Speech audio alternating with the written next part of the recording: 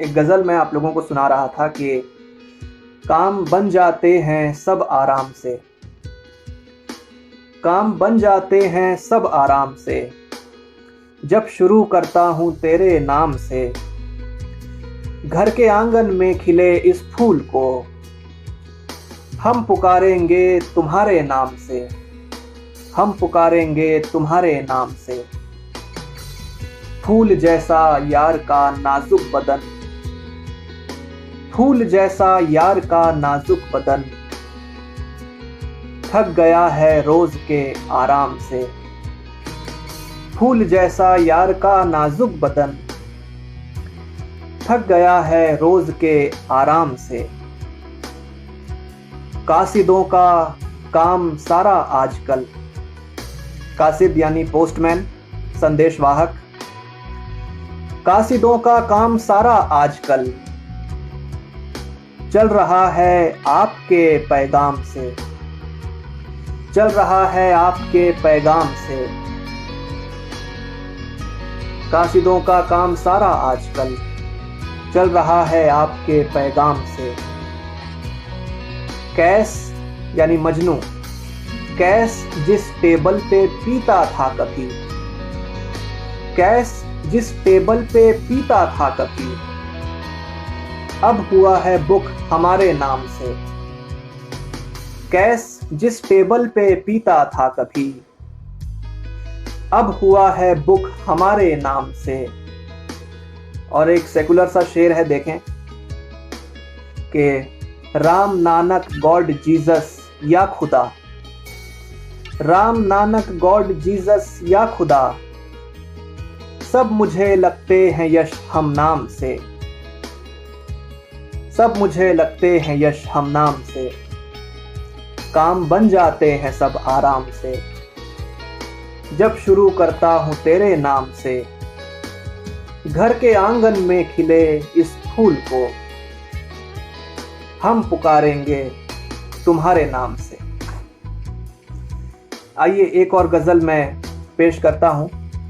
ये छोटी बहर की गज़ल है और जो हमारे भाई मेरी तरह अभी शुरुआती गज़ल कह रहे हैं, सीख रहे हैं, उनको मेरी तरफ से यही सलाह रहेगी, क्योंकि मैं भी यही चीज़ कर रहा हूँ। छोटी बहर से आप लोग शुरुआत करें, छोटी बहर से बात जो आप कह रहे हैं उसको आप शुरू करें। ये गज़ल पेश करता हूँ, मतला है कि दिल वीरान हुआ जाता है, दिल वीरान हुआ जाता है, एक मैदान हुआ जाता है। दिल वीरान हुआ जाता है, एक मैदान हुआ जाता है। कब्र पे चारागर आने से, कब्र पे चारागर आने से जी एहसान हुआ जाता है। कब्र पे चारागर आने से जी एहसान हुआ जाता है। सरकारी इमदाद मिलेगी, हेल्प, सरकारी इमदाद मिलेगी, बस ऐलान हुआ जाता है। सरकारी इमदाद मिलेगी, बस ऐलान हुआ जाता है। हम आगोश हैं दोनों जलते, आलिंगन जो होता है, हम आगोश हैं दोनों जलते, जिस्म लुबान हुआ जाता है। हम आगोश हैं दोनों जलते, जिस्म लुबान हुआ जाता है। और आखिरी के दो शेर। माँ की दुआ से अपना सारा काम आसान हुआ जाता है। माँ की दुआ से अपना सारा काम आसान हुआ जाता है। करके इश्क भले चेहरों से यश इंसान हुआ जाता है। करके इश्क भले चेहरों से यश इंसान हुआ जाता है। रंजन निगम जी, आपका एक बार फिर से इस लाइव में दोबारा स्वागत है और आप नवाज रहे हैं मुझे। बहुत बहुत शुक्रिया, बहुत बहुत धन्यवाद रंजन निगम जी आपका। एक गज़ल और मैं पेश करता हूँ, इसकी बहर थोड़ी और है। मतला है कि हर गली हर गांव का, हर गली हर गांव का करने सफर जाता है दिन।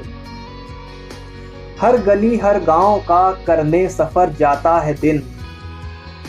बांटने सबको उजाले दर बदर जाता है दिन।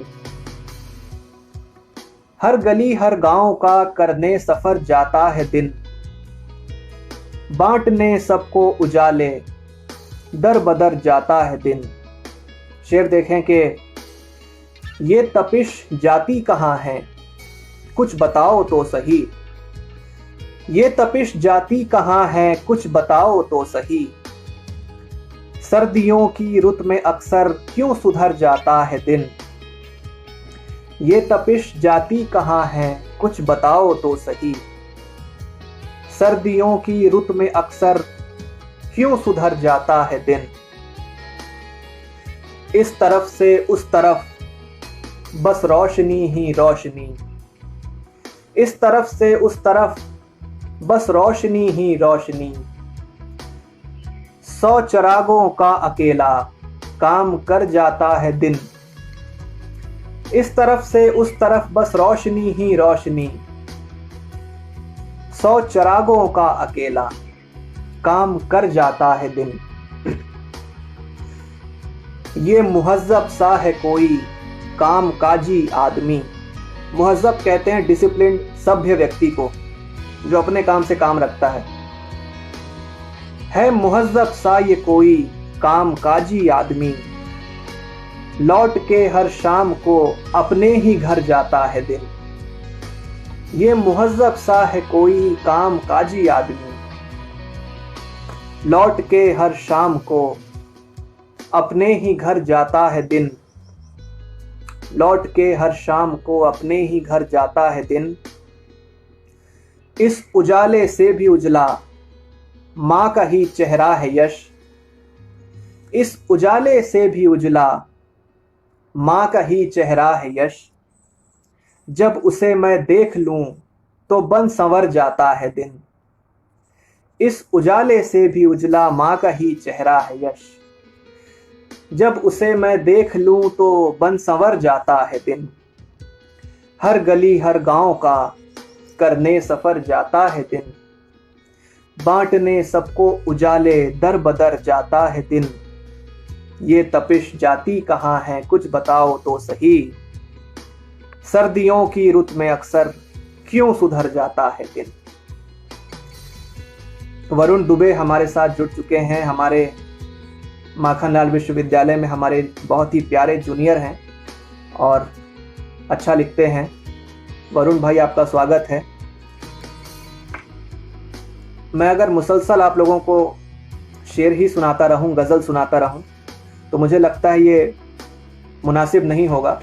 थोड़ी सी गुफ्तगू हम कर लेते हैं और उसके बाद इस वक्फे के बाद हम जो 2 गज़लें और रह गई हैं मैं वो आप लोगों को सुना दूंगा।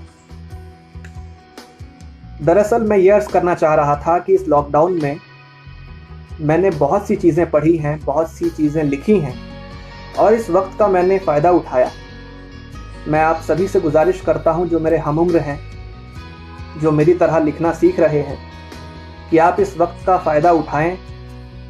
आप तमाम वेबसाइट्स हैं, ई बुक्स हैं, वहाँ जाकर शायरों को पढ़ें और सिर्फ शायरों की शायरी ही नहीं, आप ये भी देखें कि उन शायरों का मिजाज क्या था और उन्होंने अपने मिजाज को अपनी शायरी में कैसे उतारा।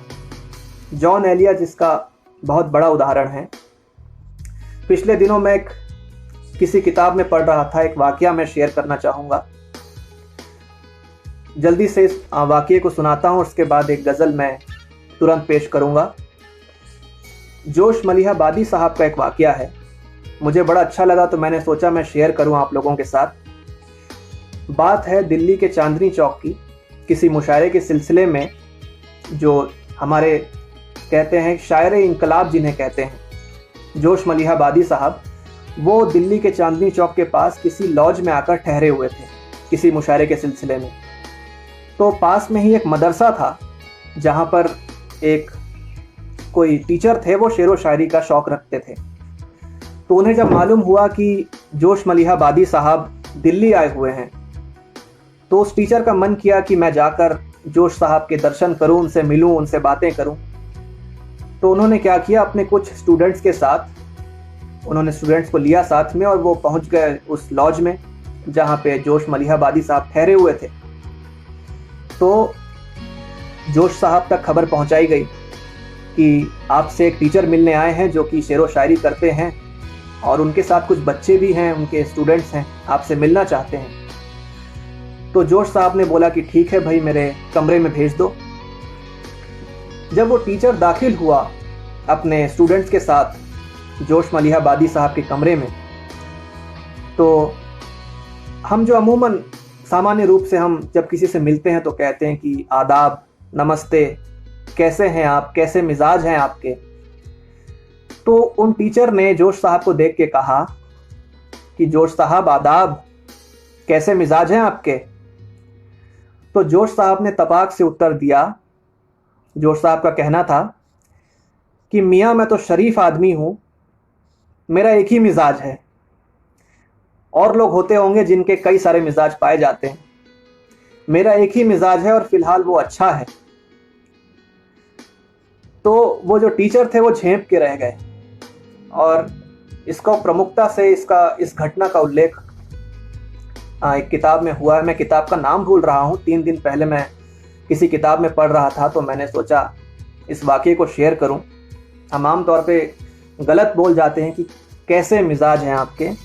उन्होंने उस टीचर को सिखाया कि बोलो कैसा मिजाज है आपका। तो ये किस्सा मैं सुनाना चाहता था, मैं ज़्यादा देर नहीं करूँगा। मैं एक छोटी बहर की गज़ल है जिसकी मैं बात कर रहा था कि हमें छोटी बहर में चीज़ें लिखनी चाहिए शुरुआत में। एक छोटी बहर की गज़ल है, मैं पेश करता हूँ जल्दी से। मतला है कि जो सदियों से घाट रहे हैं, जो घाट होते हैं, काशी का घाट और तमाम, जो सदियों से घाट रहे हैं वो दरिया को पाट रहे हैं। जो सदियों से घाट रहे हैं वो दरिया को पाट रहे हैं। मैंने सरहद खींची थी अब, मैंने सरहद खींची थी अब, पंछी मुझको काट रहे हैं। मैंने सरहद खींची थी अब, पंछी मुझको काट रहे हैं। कुछ दो चार बिलौटे आकर, कुछ दो चार बिलौटे आकर मेरा रास्ता काट रहे हैं। कुछ दो चार बिलौटे आकर मेरा रास्ता काट रहे हैं। निकलेंगे दरवाजे इनमें, निकलेंगे दरवाजे इनमें, दीवारों को चाट रहे हैं। निकलेंगे दरवाजे इनमें, दीवारों को चाट रहे हैं। और एक बड़ा ही प्यारा सा सच्चा शेर मैं पेश करता हूं कि इश्क मोहब्बत ही सदियों से, इश्क मोहब्बत ही सदियों से हर दूरी को पाट रहे हैं। इश्क मोहब्बत ही सदियों से हर दूरी को पाट रहे हैं। जैसे तैसे काट रहे थे, जैसे तैसे काट रहे हैं। जिस डाली पे बैठे हैं हम, क्यों उसको ही काट रहे हैं। जो सदियों से घाट रहे हैं वो दरिया को पाट रहे हैं। रंजन भाई जी, सिकंदर भाईजान, तारिक भाईजान, बहुत बहुत शुक्रिया। आखिरी की 2 गजलें हैं, मैं सुना देता हूं आप लोगों को। मीर साहब की ज़मीन पर भी एक गज़ल है जो मैं आखिर में सुनाऊंगा, क्योंकि मीर साहब की गज़ल जो है, इतने बड़े शायर की जो गज़ल है वो भी सतारत करनी चाहिए परफॉर्मेंस के दौरान। उसे मैं बीच में कहीं सुना देता तो बेअदबी होती। वो गज़ल मैंने आखिरी के लिए रिजर्व रखी है। उससे पहले आप एक और गज़ल सुन लें। मतला है कि फिर किसी से है मोहब्बत आपको, फिर किसी से है मोहब्बत आपको, जाने कब होगी नदामत आपको। फिर किसी से है मोहब्बत आपको, जाने कब होगी नदामत आपको। प्यार के पर्चे का था पहला सवाल, क्वेश्चन पेपर। प्यार के पर्चे का था पहला सवाल, याद है पहली मोहब्बत आपको। प्यार के पर्चे का था पहला सवाल, याद है पहली मोहब्बत आपको। जाइए रख लेंगे खुद अपना ख्याल, जाइए रख लेंगे खुद अपना ख्याल। बेसबब ही दी थी जहमत आपको, जाइए रख लेंगे खुद अपना ख्याल। बेसबब ही दी थी जहमत आपको। मैं न कहता था कि पढ़ ही जाएगी, मैं न कहता था कि पढ़ ही जाएगी। एक दिन खुद की जरूरत आपको। यह आत्मनिर्भर वाला स्लोगन वायरल हुआ उससे पहले का शेर है। मैं न कहता था कि पढ़ ही जाएगी, एक दिन खुद की जरूरत आपको। मैं भला मजनू से कैसे पूछता, मैं भला मजनू से कैसे पूछता। याद है लैला की सूरत आपको। मैं भला मजनू से कैसे पूछता, याद है लैला की सूरत आपको। और मीर साहब जो थे, मीर तकी मीर साहब खुदा सुखन, उनके बारे में एक वाकया बड़ा मशहूर है। और उनकी जो किताब है जिक्र मीर, उसमें भी उन्होंने ये बात लिखी है कि उन्हें चांद में औरत नजर आती थी। अब शायरों के जो देखने का नजरिया होता है, किसी को चांद में कुछ भी नजर नहीं आता, किसी को मामा नजर आता है, किसी को माशुका नजर आती है, किसी को चांद रोटी की तरह नजर आता है।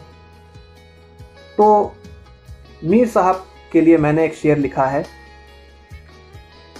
मैं न कहता था कि पढ़ ही जाएगी, एक दिन खुद की जरूरत आपको।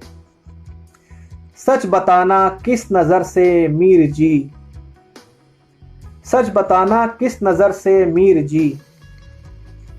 चांद में दिखती थी औरत आपको। सच बताना किस नजर से मीर जी, चांद में दिखती थी औरत आपको। तारिफ भाईजान, वरुण भाई, रंजन निगम जी, खुशी ओझा हमारे साथ जुड़ चुकी हैं। खुशी, आपका बहुत बहुत स्वागत है। खुशी ओझा मेरी बहुत अच्छी मित्र, बहुत ही अच्छी कवित्री, और इनकी बड़ी ही मशहूर कविता सिया, जो मुझे बहुत पसंद है, हमारे तमाम दोस्तों को बहुत पसंद है। और जब भी हम सिया को सुनते हैं खुशी ओझा से, हर बार नया रस मिलता है, उतना ही मज़ा आता है हर बार सुनने पर। खुशी, आपका बहुत बहुत स्वागत है। सिकंदर भाई, बहुत बहुत शुक्रिया। मैं शेर सुना रहा था। सच बताना किस नज़र से मीर जी, चांद में दिखती थी औरत आपको। एक वली ने ये दुआ दी ख्वाब में, एक वली ने ये दुआ दी ख्वाब में। यश खुदा रखे सलामत आपको। एक वली ने ये दुआ दी ख्वाब में। यश खुदा रखे सलामत आपको। फिर किसी से है मोहब्बत आपको, जाने कब होगी नदामत आपको। मैं न कहता था कि पड़ेगी, एक दिन खुद की जरूरत आपको। एक आखिर गजल मैं आप सबकी खिदमत में पेश करता हूं। यह गजल मुझे इसलिए पसंद है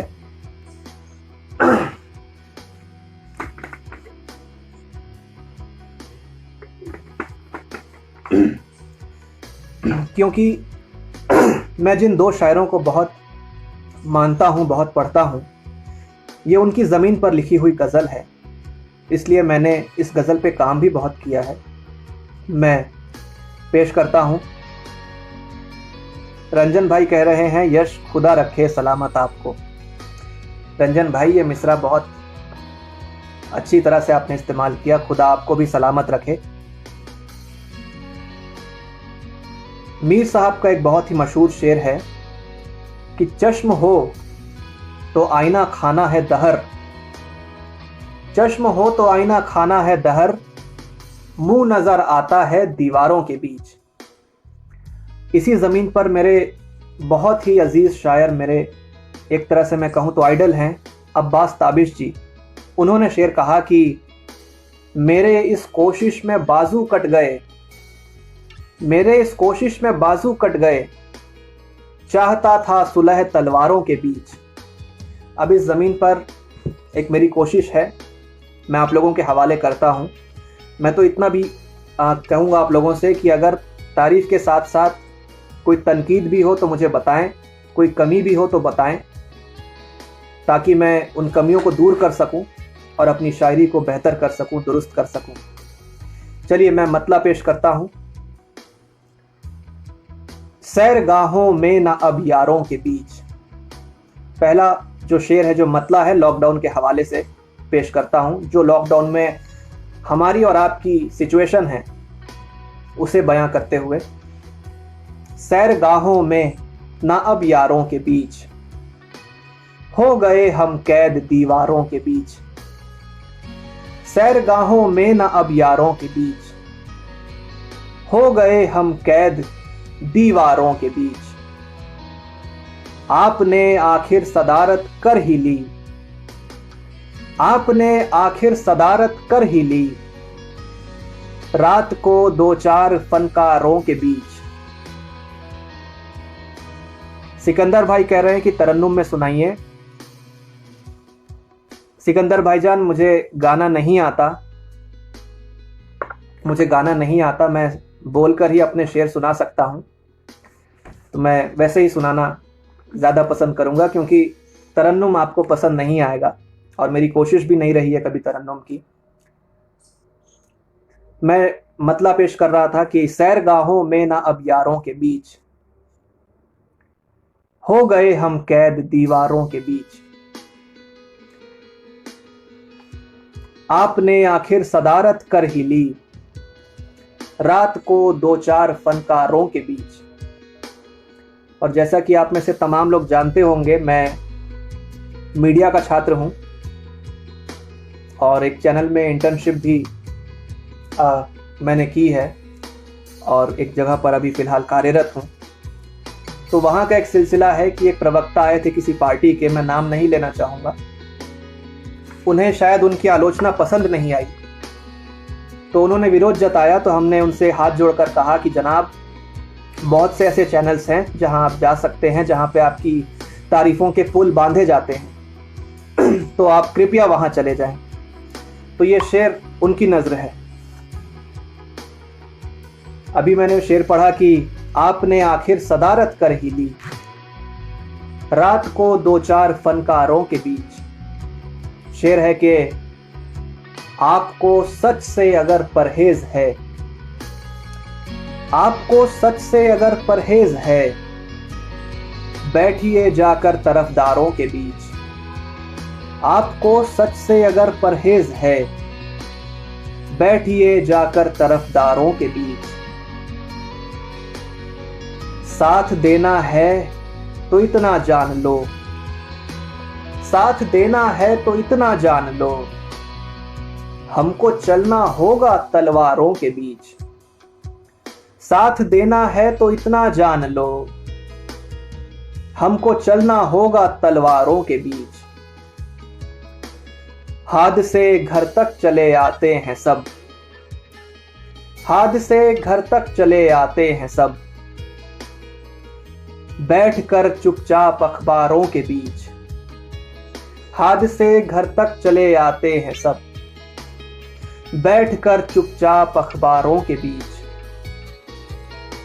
क्या बताऊं एक लड़की और मैं, क्या बताऊं एक लड़की और मैं, सैर करते थे कभी तारों के बीच। क्या बताऊं एक लड़की और मैं, सैर करते थे कभी तारों के बीच। उस कहानी में मुझे लगता है यश, उस कहानी में मुझे लगता है यश, बात बन सकती थी किरदारों के बीच, उस कहानी में मुझे लगता है यश। बात बन सकती थी किरदारों के बीच, सैरगाहों में न अब यारों के बीच, हो गए हम कैद दीवारों के बीच। बहुत बहुत शुक्रिया। मेरे पास फ़िलहाल इतना ही था सुनाने के लिए, और जो चीज़ें हैं वो कुछ कच्ची पक्की सी हैं, तैयार हो रही हैं। मैं उम्मीद करता हूँ बहुत जल्द उन चीज़ों को भी तैयार करके बहुत जल्द दोबारा फिर किसी दिन लाइव आऊँगा आप सभी से मुखातिब होने, और देखूँगा कि बेहतरी के साथ साथ और गलतियाँ भी क्या रहीं इस लाइव के दौरान, जिसे मैं अगली बार ना दोहराऊँ। आप सब हमसे जुड़े, रंजन निगम जी, सिकंदर भाई, तारीफ भाईजान, वरुण भाई, खुशी जी, सिकंदर भाई, हम आप सभी का बहुत बहुत शुक्रगुजार हूँ कि आप सभी ने मुझे सुना, अपना वक्त निकाला। और एक बहुत ज़रूरी बात, मैं शुक्रिया कहना चाहूँगा, a big thank you to Tareef भाईजान। तारीफ भाईजान के हुक्म पर मैं लाइव आया, और मैं जैसे मैंने वीडियो की शुरुआत में आप लोगों से कहा था, मैं जो दोस्त हमसे बाद में जुड़े उनके लिए भी कहना चाहूँगा कि तारीफ भाईजान ने बहुत ही अच्छे मोटिव के साथ इस पेज की शुरुआत की है। मेरी बहुत बहुत शुभकामनाएं। और इस पेज पर आप आने वाले दिनों में दुनिया भर के बहुत से बड़े फ़नकारों को सुनने वाले हैं, देखने वाले हैं। मैं तो आया, एक ट्रायल के लिए आया, एक अनुभव के लिए आया, ताकि आप लोगों की दाद से, आप लोगों की दुआ से मेरा हौसला बढ़े। लेकिन इस पेज का मकसद बहुत अच्छा है, बड़ा है। इसके लिए तारीफ भाईजान को बहुत बहुत शुभकामनाएं। और इसके साथ ही साथ ये भी कहना चाहूँगा कि जब भारत में अनलॉक का फेज़ 1 शुरू हो चुका है, मैं उम्मीद करता हूँ आप सब लॉकडाउन के चौथा फेज़ ख़त्म होने के बाद भी एहतियात बरत रहे होंगे, क्योंकि मैं जानता हूँ हमारे कमेंट्स में भी हमारे 2 दोस्त ऐसे हैं जो अभी भी ऑफिस जा रहे हैं। मुझे मालूम है मेरे बहुत सारे दोस्त, मेरे कई छोटे भाई बहन जो इंटर्नशिप करते हैं, जो मीडिया के दफ्तरों में काम करते हैं, वो आज भी दफ्तर गए हुए हैं। तो मेरी उनसे गुजारिश है कि आप सब सोशल डिस्टेंसिंग का पालन करें, सैनिटाइज़र अपने साथ रखें, सैनिटाइज़र का उपयोग करें, मास्क पहनें, और इन एहतियातों को बरतते हुए आप अपना काम जारी रखें। और जब तक ज़रूरी ना हो आप घर से ना निकलें। मैं उम्मीद करता हूं कि कोरोना वायरस की ये जो वबा है बहुत जल्दी ही ख़त्म होगी, और जो ये लाइव का सिलसिला शुरू हुआ है ये अच्छी चीज़ तो है ही, लेकिन हम बहुत जल्द एक दूसरे से आमने सामने बैठकर भी बातें करेंगे, मंच पर मिलेंगे, और दोबारा पहले की तरह जो कार्यक्रम होते रहे हैं वो होते रहेंगे। एक बार फिर से आप सभी का बहुत बहुत धन्यवाद, बहुत बहुत शुक्रिया। नमस्कार।